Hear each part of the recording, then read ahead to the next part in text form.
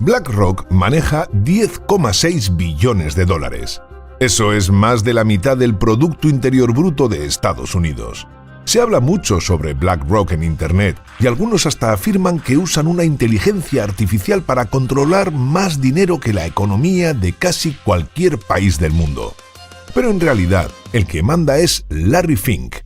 BlackRock tiene participación en el 95% de las empresas más grandes de Estados Unidos, las que están en la lista Fortune 500. Y lo han contratado gobiernos de varios países para ayudar a manejar crisis financieras y para otras tareas del día a día. Esto significa que casi siempre que haces algo en la economía, ya sea trabajando, comprando algo, conduciendo o usando el banco, indirectamente tienes relación con BlackRock. Pero no te preocupes por esos 10,6 billones de dólares. No es realmente su dinero. Ellos dicen que solo son inversores pasivos, lo cual suena inofensivo, aunque si te gustan las conspiraciones, este tema te llamará la atención. ¿Hasta qué punto es una conspiración?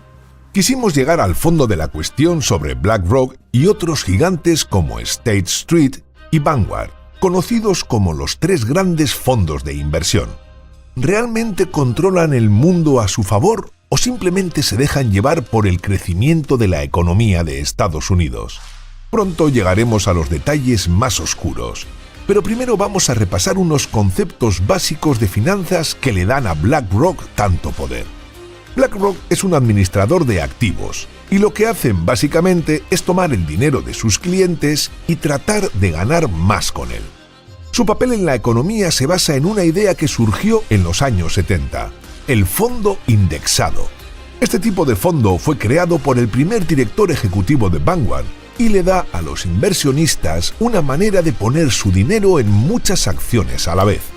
En vez de apostar mucho en unas pocas empresas, inviertes un poco en cada empresa de todo un índice. Así que en vez de apostar por un solo caballo, estás apostando por todos los caballos a la vez. Los fondos indexados son un tipo de fondo mutuo, que es básicamente una forma en la que muchas personas juntan su dinero para hacer inversiones grandes, que de otra forma no podrían hacer por sí solas. Pero alguien tiene que ser el encargado de reunir ese dinero y administrarlo. Y ahí es donde entran en juego los administradores de activos como BlackRock. Sus principales productos son los fondos indexados y los ETFs, que son muy similares. Estos fondos son populares porque, a diferencia de otros donde se apuesta a pocas acciones o se busca obtener ganancias rápidas con movimientos pequeños en el mercado, tienen menos riesgo, ofrecen rendimientos más estables y son más baratos de gestionar, ya que no necesitas pagarle a alguien para que esté tomando decisiones todo el tiempo sobre en qué invertir, lo que, según los estudios, no es muy efectivo. Cuando el mercado sube un 7% en un día, tu fondo indexado también sube más o menos lo mismo. Esto pasa porque un fondo indexado sigue un índice, como el S&P 500, que es una lista de las empresas más importantes de un país. Si el valor de esas empresas sube, el fondo también sube. BlackRock y otros grandes administradores de activos no están comprando y vendiendo acciones todo el tiempo como lo hacen los inversores activos que buscan ganar dinero con cada cambio en el mercado. En lugar de eso, compran acciones de muchas empresas y las mantienen por mucho tiempo, casi sin venderlas. Esta estrategia se llama inversión pasiva. Una de las ventajas de la inversión pasiva es que, al no vender muchas acciones de golpe, evitan generar un impacto grande en el mercado. Si BlackRock, por ejemplo, vendiera todas las acciones de una empresa de golpe, eso podría hacer que el precio de esas acciones cayera rápidamente, lo que sería malo para todos los inversionistas. Cuando decimos que la inversión pasiva significa no vender acciones de una empresa mientras esté en un índice, es porque las empresas que están en estos índices, como el S&P 500, suelen ser empresas grandes y estables, así que no es necesario estar vendiendo sus acciones constantemente. Además, la mayor parte del dinero que administran viene de instituciones grandes, como fondos de pensiones, compañías de seguros y universidades. Estos fondos de pensiones administran el dinero que las personas ahorran para su jubilación.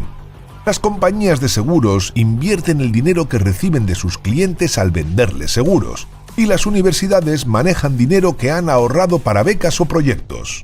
Sin embargo, aunque el dinero esté en mano de estas instituciones, en realidad sigue viniendo de personas comunes, es decir, el dinero que tienes ahorrado para tu jubilación, tu seguro o la universidad es lo que indirectamente está siendo manejado por empresas como BlackRock. Y no ganan dinero directamente de los rendimientos de las inversiones. Es decir, no es que ellos se beneficien cuando las acciones suben o bajan, sino que cuando BlackRock gestiona tu dinero, te cobra una tarifa basada en el total de dinero que está administrando para ti.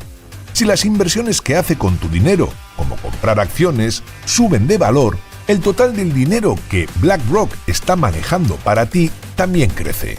Y como la tarifa que te cobra está basada en ese valor total, si tus inversiones valen más, también pagarás más en tarifas, porque se cobra sobre una cantidad más alta de dinero. Así que, aunque tus inversiones estén creciendo, y eso es bueno para ti, BlackRock también gana más porque la comisión que te cobra está vinculada al total del dinero que administra. Un profesor de economía política llamado Benjamin Brown, que enseña en la London School of Economics, ha estudiado cómo estos grandes administradores de activos, como BlackRock, afectan la economía y la sociedad.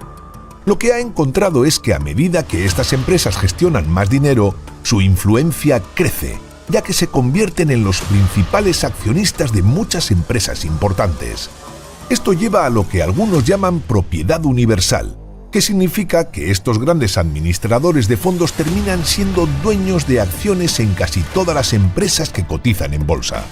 Por ejemplo, BlackRock, Vanguard y State Street tienen acciones en muchísimas compañías que cotizan en la bolsa. Aunque pueden tener solo entre el 3 y el 10% de las acciones de una empresa, eso es suficiente para que tengan un peso importante en las decisiones de esas compañías. Según muchos estudios, tener el 5% de una empresa puede parecer poco, pero si los demás accionistas tienen pequeñas porciones, ese 5% convierte a BlackRock en uno de los accionistas más importantes, con la capacidad de influir en las decisiones de la empresa.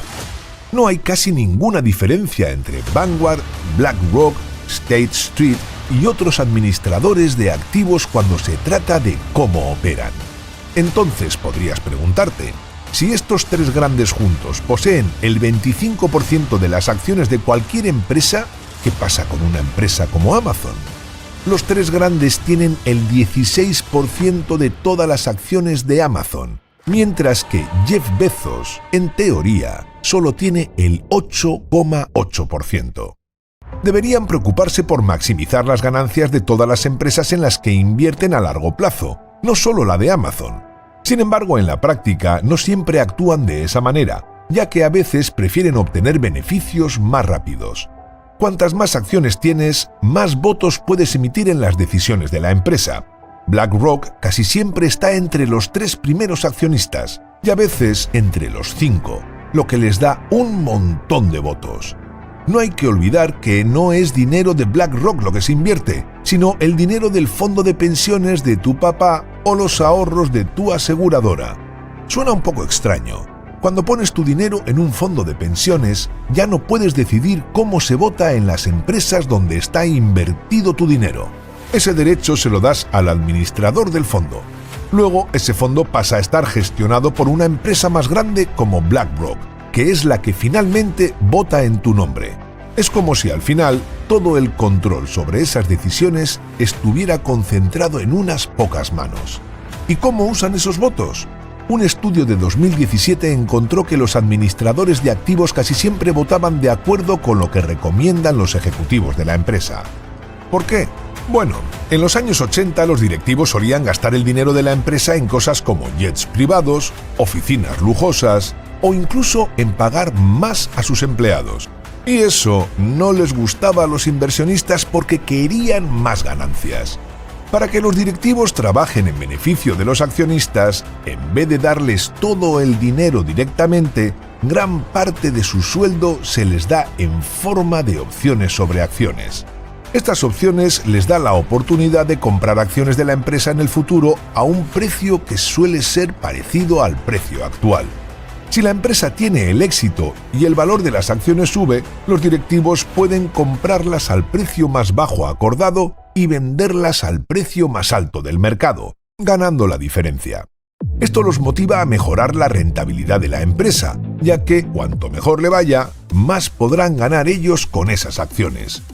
Esto permitió que los inversionistas presionaran a los directivos para que actuaran más en interés de los accionistas, es decir, en interés de obtener más ganancias, en lugar de invertir en mejorar la empresa o compartir las ganancias con los empleados. En la época de nuestros abuelos, más personas comunes tenían acciones y podían votar sobre cosas importantes, como elegir la junta directiva, aprobar fusiones y adquisiciones o decidir sobre los salarios de los ejecutivos. Era como una especie de democracia para quienes podían invertir. En 1950, el 94% de las acciones estaban en manos de familias comunes, pero hoy eso ha cambiado. Actualmente, el 10% más rico de la población controla el 86% del mercado de valores y fondos mutuos, mientras que el 1% más rico controla el 50% del total. La pequeña parte que queda, un 14%, está en manos del 90% restante de la población. Dentro de ese 90%, el 10% más rico controla aproximadamente la mitad de ese 14%, dejando al resto de la población con una fracción mínima de participación en el mercado. Aunque se suele decir que lo que es bueno para los accionistas es bueno para todos, esto no es del todo cierto. El 50% más pobre prácticamente no posee acciones, y la mayoría de estas está concentrada en el 10% más rico de la población, especialmente en el 1% más rico. Así que, aunque las decisiones de las grandes empresas afectan a todos, en realidad solo benefician a unos pocos, mientras que la mitad de la población, que no tiene acciones, no se beneficia, y en muchos casos puede hasta verse perjudicada. Un ejemplo claro es el tema de los salarios. BlackRock y otros grandes administradores de activos juegan un papel importante en el estancamiento de los sueldos. Si una empresa quiere aumentar sus ganancias, hay varias formas de hacerlo, pero una de las más rápidas es reducir los costos laborales, es decir, pagar menos a los trabajadores. Esta concentración de poder y de decisiones perjudica a los empleados, los consumidores e incluso a las pequeñas empresas. Hay evidencia de que la razón por la cual muchos productos son tan caros hoy en día es porque los mismos grandes inversores tienen participación en varias empresas que compiten en un mismo sector. Por ejemplo, si una sola empresa baja sus precios, eso podría reducir las ganancias de estos grandes inversores, ya que también están invertidos en otras empresas competidoras dentro de ese sector. Esto crea una situación donde las empresas no compiten bajando precios y los consumidores terminan pagando más. De hecho, si las empresas empezaran a competir bajando los precios, eso podría hacer que los inversores perdiesen dinero. Esto refleja la lógica de que si los grandes inversores tienen dinero en varias empresas del mismo sector, las empresas no tienen incentivos para competir agresivamente entre ellas. Las grandes empresas ya ni siquiera necesitan fusionarse o comprarse entre sí, porque los mismos fondos gigantes como BlackRock tienen grandes participaciones en prácticamente todas ellas. Esto crea una especie de neomonopolio, donde no importa cuál de estas empresas tenga más éxito, ya que las ganancias siempre van a parar a los mismos inversores. Entre 2014 y 2015, BlackRock mantuvo más de 1.500 reuniones privadas con las empresas de su cartera. En lugar de enfrentarse públicamente a las decisiones de las empresas en las que invierte, BlackRock prefiere hablar en privado con sus directivos para intentar influir en sus acciones. Les dan un margen de un año para que mejoren antes de votar en su contra en las decisiones importantes, como la elección de directivos o la aprobación de nuevas estrategias. BlackRock tiene fuertes conexiones con los gobiernos y organismos internacionales. Existe una práctica llamada puerta giratoria, donde personas que trabajan en altos cargos del gobierno, como la Reserva Federal, el Tesoro de Estados Unidos, los bancos centrales de Canadá, Europa y Suecia, el Fondo Monetario Internacional y el Foro Económico Mundial terminan trabajando para BlackRock. Desde 2004 han contratado a más de 84 exfuncionarios del gobierno, reguladores y banqueros centrales de todo el mundo. Esto refuerza la relación entre negocios y política, ya que estas personas que antes regulaban a las empresas ahora trabajan desde dentro, lo que les da acceso a información clave y facilita que BlackRock influya en las decisiones del gobierno. El propio Larry Fink, CEO de BlackRock, está en la junta directiva del Fondo Económico Mundial y en 2016 intentó ser el secretario del Tesoro de Hillary Clinton. En 2008, después de la crisis financiera, el gobierno de Estados Unidos creó el Consejo de Supervisión de la Estabilidad Financiera, FSOC, para vigilar a entidades como BlackRock, que controlan grandes cantidades de dinero sin ser bancos. El FSOC señaló a BlackRock como una organización tan grande que su colapso podría causar otra crisis económica, por lo que intentaron ponerlos bajo una supervisión más estricta. Sin embargo, BlackRock duplicó la cantidad de dinero que gasta en influir en los políticos, lo que se conoce como lobbying o cabildeo. Esto significa que contratan a personas y grupos para que presionen al gobierno en favor de sus intereses. También hicieron campañas publicitarias específicas en el metro de Washington, D.C., para llegar a los políticos y a la gente influyente que vive o trabaja en esa zona. Gracias a estas acciones lograron evitar ser regulados con la misma dureza que otros gigantes financieros. Finalmente hablemos del vacío legal que BlackRock llama inversión pasiva. La diferencia clave entre ser un inversor activo o pasivo es que los inversores activos están sujetos a más regulaciones y supervisión por parte del gobierno. Esto se debe a que, al hacer muchas compras y ventas de acciones, pueden influir directamente en los mercados financieros. En cambio, los inversores pasivos compran y mantienen acciones a largo plazo, por lo que, en teoría, no estarían afectando al mercado de manera constante. BlackRock usa esta idea de inversión pasiva como excusa para evitar regulaciones más estrictas. Dicen que como no compran y venden acciones todo el tiempo, no deberían ser regulados de la misma forma que los actores más activos. El problema es que las personas encargadas de decidir si BlackRock sigue siendo considerado pasivo a menudo tienen vínculos con la misma empresa o con otras similares, lo que pone en duda la imparcialidad de estas decisiones. BlackRock y otros grandes administradores de activos deben presentar informes anuales donde ellos mismos certifican que han cumplido con las reglas de la inversión pasiva. Es como si te dejaran escribir lo que quisieras en tu declaración de impuestos y luego auditarte tú mismo. Solo que en este caso estamos hablando de empresas que manejan billones de dólares. Lo sorprendente es que, aunque BlackRock parece ganar dinero en todas partes, el asunto va aún más lejos. Los mayores inversores en BlackRock son Vanguard y State Street. Y los mayores inversores en Vanguard son BlackRock y State Street. Y claro, los mayores inversores en State Street son también BlackRock y Vanguard.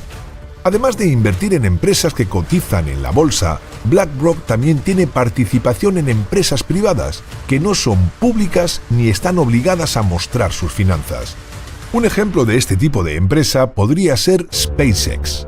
Al tener dinero invertido en estas compañías privadas, BlackRock sigue controlando partes clave del mercado sin la misma transparencia que se exige a las empresas públicas.